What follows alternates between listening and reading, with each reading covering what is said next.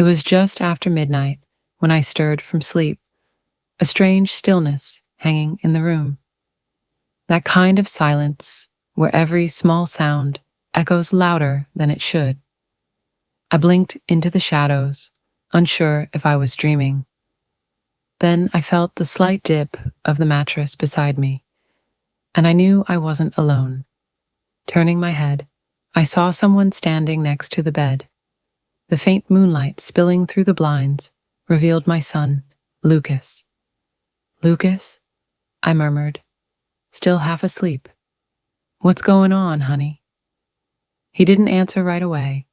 He just stood there in his hoodie, hands shoved in the pocket, shoulders tense.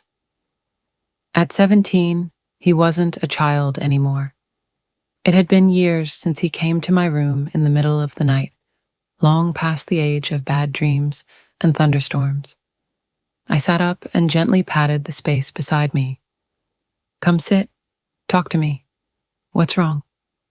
He hesitated, then moved carefully, as if afraid to wake the house.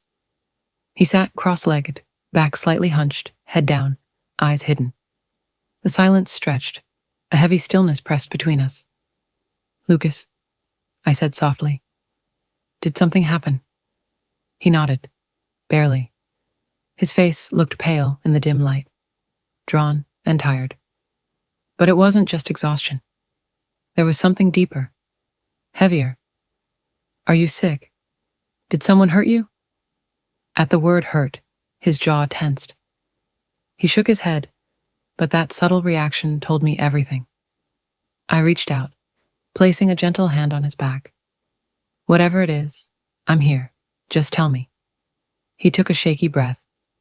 When he finally spoke, his voice was small, barely more than a whisper. "I messed up, Mom."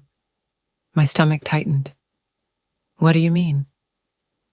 He reached into his hoodie and pulled out a slightly bent envelope. His hands trembled as he passed it to me. Inside were 3 printed photographs and a folded sheet of paper. My breath caught as I looked at the first photo. Lucas was in it, along with 2 boys I didn't recognize. It looked like a garage, chaotic, messy, with empty soda cans and broken tools scattered around. But this wasn't just kids hanging out. It was a fight. In one image, Lucas stood between the 2 boys, clearly trying to break them apart.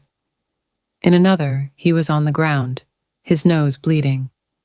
In the last, one of the boys looked directly into the camera mid-swing. "Lucas, what is this?" He wiped his eyes with the sleeve of his hoodie. "I didn't even want to go. Tyler invited me. I thought we'd just hang out. I didn't know the other guys would be there. I didn't know it'd turn into that." "Why didn't you call me?" I asked, my eyes still fixed on the pictures. "I panicked," he admitted. "I thought if I left, they'd say I was scared. Then it all escalated. Jacob started talking trash about Tyler's sister, and Tyler snapped. They started fighting. I tried to stop it." He paused. His voice dropped lower. "Jacob said I was taking sides. He shoved me. I fell. I didn't even realize someone was taking pictures until later." "Who took them?" I asked. "Trevor. He posted them on Snapchat and then deleted them. He said if I told anyone, he'd send them to the school. To you."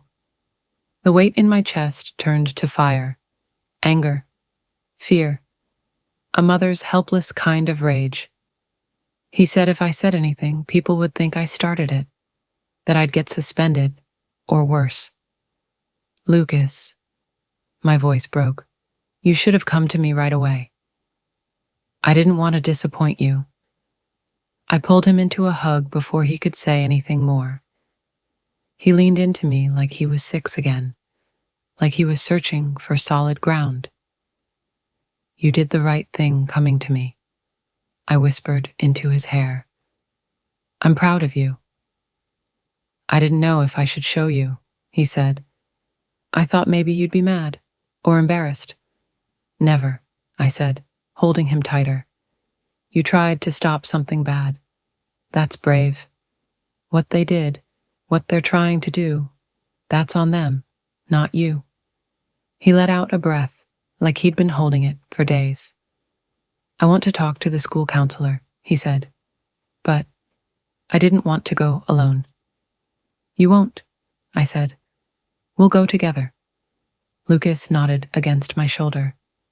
That night, he slept beside me, his breathing calm for the first time in days. I stayed awake, watching him, my heart both broken and thankful. I knew the next day would bring hard conversations, phone calls, meetings, and I was ready for every one of them. But what mattered most, even in fear, even when he thought he'd ruined everything, my son still came to me,